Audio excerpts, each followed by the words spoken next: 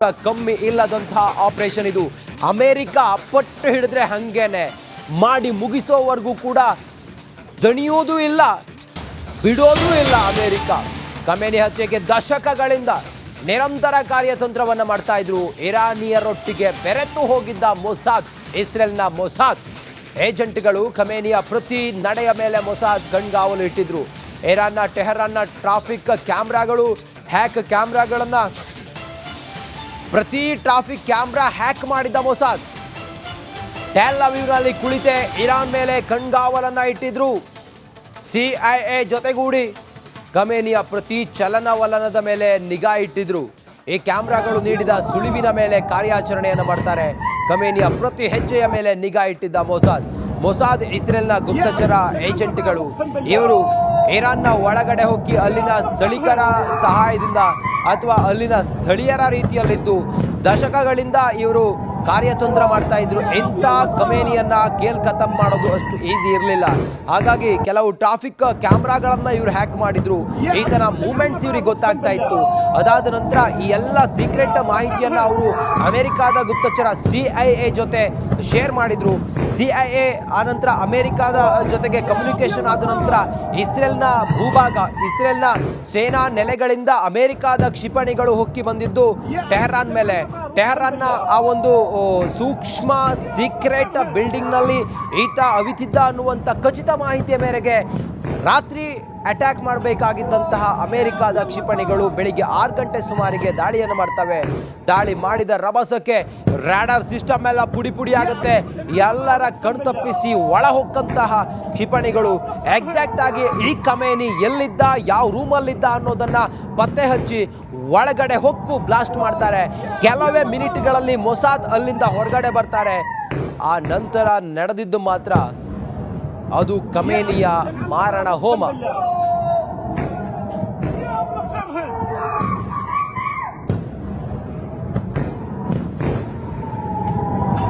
ಕಮ್ಮಿ ಇಲ್ಲದಂತಹ ಆಪರೇಷನ್ ಇದು.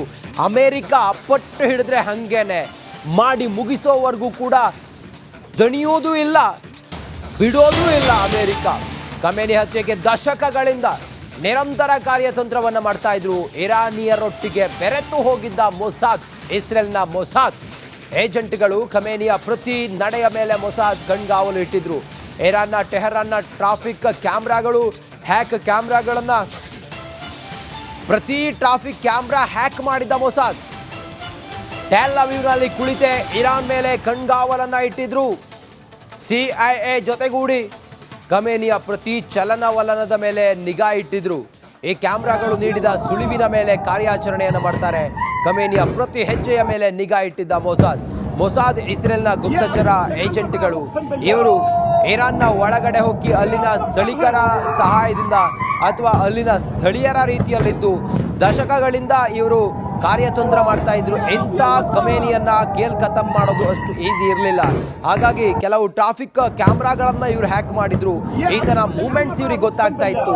ಅದಾದ ನಂತರ ಈ ಎಲ್ಲ ಸೀಕ್ರೆಟ್ ಮಾಹಿತಿಯನ್ನ ಅವರು ಅಮೆರಿಕಾದ ಗುಪ್ತಚರ ಸಿಐಎ ಜೊತೆ ಶೇರ್ ಮಾಡಿದ್ರು. ಸಿಐಎ ಆನಂತರ ಅಮೆರಿಕಾದ ಜೊತೆಗೆ ಕಮ್ಯುನಿಕೇಶನ್ ಆದ ನಂತರ ಇಸ್ರೇಲ್ನ ಭೂಭಾಗ, ಇಸ್ರೇಲ್ನ ಸೇನಾ ನೆಲೆಗಳಿಂದ ಅಮೆರಿಕಾದ ಕ್ಷಿಪಣಿಗಳು ಹೊಕ್ಕಿ ಬಂದಿದ್ದು ಟೆಹರಾನ್ ಮೇಲೆ. ಟೆಹರಾನ್ನ ಆ ಒಂದು ಸೂಕ್ಷ್ಮ ಸೀಕ್ರೆಟ್ ಬಿಲ್ಡಿಂಗ್ ನಲ್ಲಿ ಈತ ಅವಿತಿದ್ದ ಅನ್ನುವಂಥ ಖಚಿತ ಮಾಹಿತಿಯ ಮೇರೆಗೆ ರಾತ್ರಿ ಅಟ್ಯಾಕ್ ಮಾಡಬೇಕಾಗಿದ್ದಂತಹ ಅಮೆರಿಕಾದ ಕ್ಷಿಪಣಿಗಳು ಬೆಳಿಗ್ಗೆ 6 ಗಂಟೆ ಸುಮಾರಿಗೆ ದಾಳಿಯನ್ನು ಮಾಡ್ತವೆ. ದಾಳಿ ಮಾಡಿದ ರಭಸಕ್ಕೆ ರಾಡಾರ್ ಸಿಸ್ಟಮ್ ಎಲ್ಲ ಪುಡಿ ಪುಡಿ ಆಗುತ್ತೆ. ಎಲ್ಲರ ಕಣ್ತಪ್ಪಿಸಿ ಒಳ ಹೊಕ್ಕಂತಹ ಕ್ಷಿಪಣಿಗಳು ಎಕ್ಸಾಕ್ಟ್ ಆಗಿ ಈ ಖಮೇನಿ ಎಲ್ಲಿದ್ದ, ಯಾವ ರೂಮಲ್ಲಿದ್ದ ಅನ್ನೋದನ್ನ ಪತ್ತೆ ಹಚ್ಚಿ ಒಳಗಡೆ ಹೊಕ್ಕು ಬ್ಲಾಸ್ಟ್ ಮಾಡ್ತಾರೆ. ಕೆಲವೇ ಮಿನಿಟ್ಗಳಲ್ಲಿ ಮೊಸಾದ್ ಅಲ್ಲಿಂದ ಹೊರಗಡೆ ಬರ್ತಾರೆ. ಆ ನಂತರ ನಡೆದಿದ್ದು ಮಾತ್ರ ಅದು ಖಮೇನಿಯ ಮಾರಣ ಹೋಮ.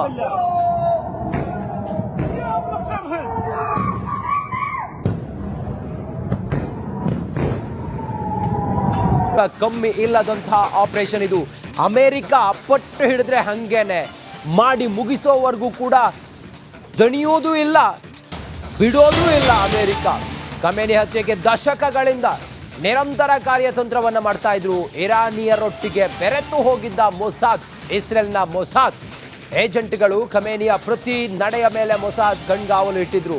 ಇರಾನ್ನ ಟೆಹರಾನ್ನ ಟ್ರಾಫಿಕ್ ಕ್ಯಾಮ್ರಾಗಳು, ಹ್ಯಾಕ್ ಕ್ಯಾಮ್ರಾಗಳನ್ನ, ಪ್ರತಿ ಟ್ರಾಫಿಕ್ ಕ್ಯಾಮ್ರಾ ಹ್ಯಾಕ್ ಮಾಡಿದ್ದ ಮೊಸಾದ್ ಟೆಲ್ ಅವೀವ್ನಲ್ಲಿ ಕುಳಿತೆ ಇರಾನ್ ಮೇಲೆ ಕಣ್ಗಾವಲನ್ನ ಇಟ್ಟಿದ್ರು. CIA ಜೊತೆಗೂಡಿ ಖಮೇನಿಯ ಪ್ರತಿ ಚಲನವಲನದ ಮೇಲೆ ನಿಗಾ ಇಟ್ಟಿದ್ರು. ಈ ಕ್ಯಾಮ್ರಾಗಳು ನೀಡಿದ ಸುಳಿವಿನ ಮೇಲೆ ಕಾರ್ಯಾಚರಣೆಯನ್ನು ಮಾಡ್ತಾರೆ. ಖಮೇನಿಯ ಪ್ರತಿ ಹೆಜ್ಜೆಯ ಮೇಲೆ ನಿಗಾ ಇಟ್ಟಿದ್ದ ಮೊಸಾದ್ ಇಸ್ರೇಲ್ನ ಗುಪ್ತಚರ ಏಜೆಂಟ್ಗಳು. ಇವರು ಇರಾನ್ನ ಒಳಗಡೆ ಹೋಗಿ ಅಲ್ಲಿನ ಸ್ಥಳೀಕರ ಸಹಾಯದಿಂದ ಅಥವಾ ಅಲ್ಲಿನ ಸ್ಥಳೀಯರ ರೀತಿಯಲ್ಲಿದ್ದು ದಶಕಗಳಿಂದ ಇವರು ಕಾರ್ಯತಂತ್ರ ಮಾಡ್ತಾ ಇದ್ರು. ಇಂಥ ಖಮೇನಿಯನ್ನ ಕೇಲ್ ಖತಮ್ ಮಾಡೋದು ಅಷ್ಟು ಈಸಿ ಇರಲಿಲ್ಲ. ಹಾಗಾಗಿ ಕೆಲವು ಟ್ರಾಫಿಕ್ ಕ್ಯಾಮ್ರಾಗಳನ್ನ ಇವರು ಹ್ಯಾಕ್ ಮಾಡಿದ್ರು. ಈತನ ಮೂವ್ಮೆಂಟ್ಸ್ ಇವ್ರಿಗೆ ಗೊತ್ತಾಗ್ತಾ ಇತ್ತು. ಅದಾದ ನಂತರ ಈ ಎಲ್ಲ ಸೀಕ್ರೆಟ್ ಮಾಹಿತಿಯನ್ನ ಅವರು ಅಮೆರಿಕಾದ ಗುಪ್ತಚರ CIA ಜೊತೆ ಶೇರ್ ಮಾಡಿದ್ರು. CIA ಆನಂತರ ಅಮೆರಿಕಾದ ಜೊತೆಗೆ ಕಮ್ಯುನಿಕೇಶನ್ ಆದ ನಂತರ ಇಸ್ರೇಲ್ನ ಭೂಭಾಗ, ಇಸ್ರೇಲ್ನ ಸೇನಾ ನೆಲೆಗಳಿಂದ ಅಮೆರಿಕಾದ ಕ್ಷಿಪಣಿಗಳು ಹೊಕ್ಕಿ ಬಂದಿದ್ದು ಟೆಹರಾನ್ ಮೇಲೆ.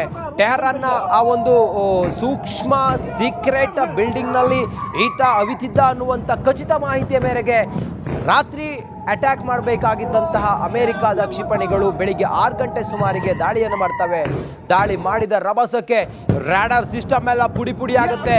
ಎಲ್ಲರ ಕಣ್ತಪ್ಪಿಸಿ ಒಳ ಹೊಕ್ಕಂತಹ ಕ್ಷಿಪಣಿಗಳು ಎಕ್ಸಾಕ್ಟ್ ಆಗಿ ಈ ಖಮೇನಿ ಎಲ್ಲಿದ್ದ, ಯಾವ ರೂಮಲ್ಲಿದ್ದ ಅನ್ನೋದನ್ನ ಪತ್ತೆ ಹಚ್ಚಿ ಒಳಗಡೆ ಹೊಕ್ಕು ಬ್ಲಾಸ್ಟ್ ಮಾಡ್ತಾರೆ. ಕೆಲವೇ ಮಿನಿಟ್ಗಳಲ್ಲಿ ಮೊಸಾದ್ ಅಲ್ಲಿಂದ ಹೊರಗಡೆ ಬರ್ತಾರೆ. ಆ ನಂತರ ನಡೆದಿದ್ದು ಮಾತ್ರ ಅದು ಖಮೇನಿಯ ಮಾರಣ ಹೋಮ.